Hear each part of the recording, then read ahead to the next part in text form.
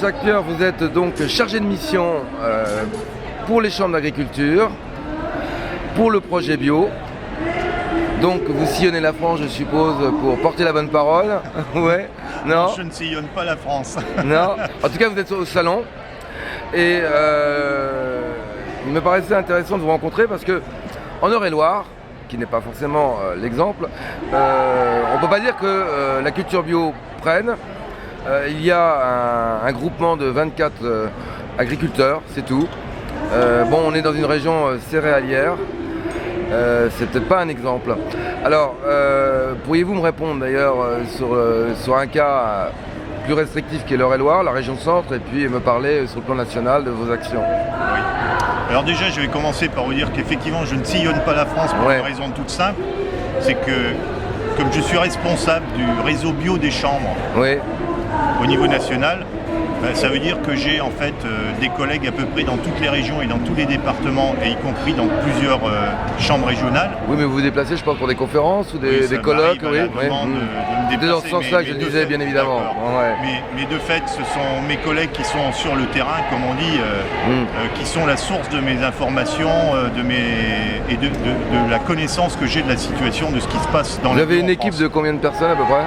Dans les chambres d'agriculture, entre les techniciens et les ingénieurs, qui ne sont pas obligatoirement à plein temps, c'est à peu près 200 personnes. Oui, c'est important. Sur tout le territoire. Et donc effectivement, vous avez des départements comme le Maine-et-Loire ou la Drôme, où vous pouvez avoir 5-6 conseillers bio à plein temps. Oui, mais c'est des départements qui ont fortement pris à la bio. C'est des départements qui ont fortement pris à la bio, et quand on regarde la bio, le développement de la bio en France, on s'aperçoit que l'agriculture biologique s'est beaucoup développée dans les régions qui sont sur le pourtour de l'Hexagone. C'est-à-dire le centre et le nord, ce sont des régions plus difficiles apparemment pour la bio. Oui. Vous l'expliquez comment justement? Les systèmes de culture, les structures d'exploitation. On ne fait pas les mêmes types de production quand on est dans le nord de la France ou dans le centre de la France. Le Massif central, c'est une zone d'élevage traditionnelle. Finalement, la différence entre la bio, il n'y en a pas énormément, mais les gens, ils continuent sur l'élevage traditionnel, ils ne passent pas en bio. Même si, de fait, ils pourraient, sans difficulté. Sans difficulté, c'est vrai. Le nord de la France, c'est une zone traditionnelle, grande culture, avec des structures d'exploitation et des structures économiques, parce qu'il n'y a pas que l'exploitation. C'est-à-dire, quand vous vous convertissez, il faut que derrière, au niveau de l'écoulement de vos produits, votre coopérative, votre négociant, joue le jeu. La structure. Parce que quand on rentre en production bio, on rentre dans un système où il va falloir travailler sur la rotation, sur l'assolement, mais surtout sur des rotations beaucoup plus longues que celles qu'on connaît en culture traditionnelle ou en agriculture conventionnelle. Donc remettre en cause la structure d'exploitation, c'est aussi quelque part demander au secteur de l'aval, à celui qui va vous commercialiser vos produits, de pouvoir vous commercialiser des produits qu'il n'a pas l'habitude de faire. C'est une chaîne complète. Voilà. Donc si vous voulez, c'est pas aussi simple que ça de se convertir. Et c'est vrai que sur des zones, notamment de grande culture, jusqu'à présent, le niveau de rémunération n'incite pas obligatoirement à passer en bio. Oui, il y a des primes, mais elles ne sont pas si intéressantes que ça. Il y a des primes, c'est pas seulement les primes, c'est quand même la sûreté et une forme de sécurité d'avoir des rendements pour avoir des revenus. Donc c'est bien ça, les agriculteurs ont peur de perdre un système qui fonctionne relativement bien, qui maîtrise bien en tout cas aujourd'hui. Il doit y avoir ça, il y a peut-être un problème d'information, parce que vous allez dans d'autres régions où on fait de la céréale, où on fait du maïs, vous allez dans le sud-ouest.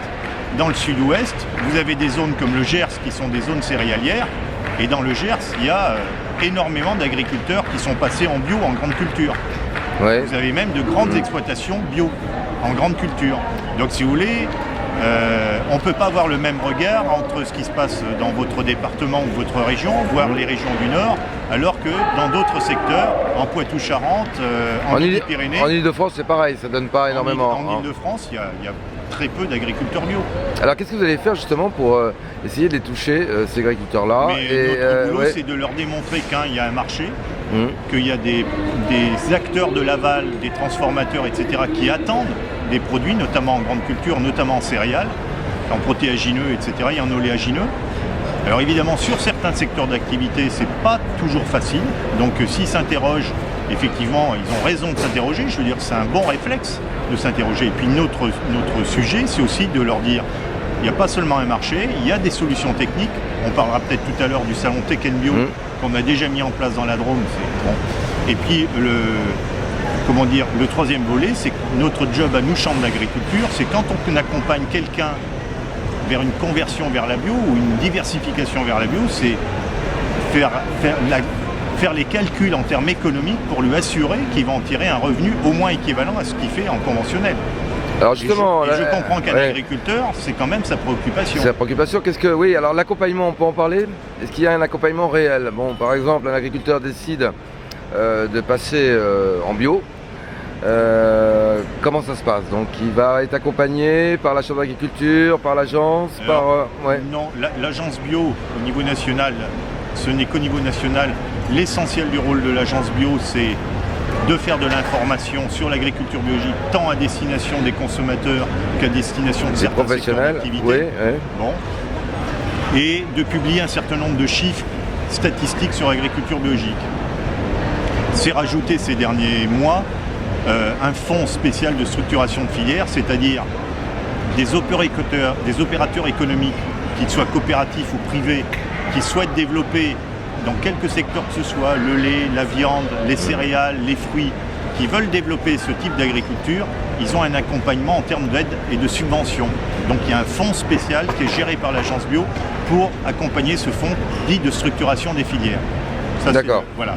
Bon. Côté chambre d'agriculture, nous on reste sur nos métiers. Le métier des chambres d'agriculture, c'est l'accompagnement technique et économique. Donc de fait, quand des agriculteurs se convertissent, une partie de notre job, c'est de les accompagner au niveau technique. Oui. D'accord? Donc l'accompagnement technique, en fonction des compétences et du type de système dans lequel s'oriente l'agriculteur, si on ne l'a pas dans le département, on va le chercher dans le département d'à côté. Hein? Tout à fait.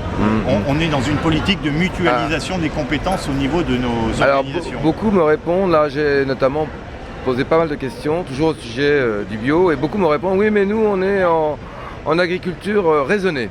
Oui. Alors, pour vous, c'est quand même déjà un avancement, l'agriculture raisonnée? C'est un bon pas déjà vers le bio?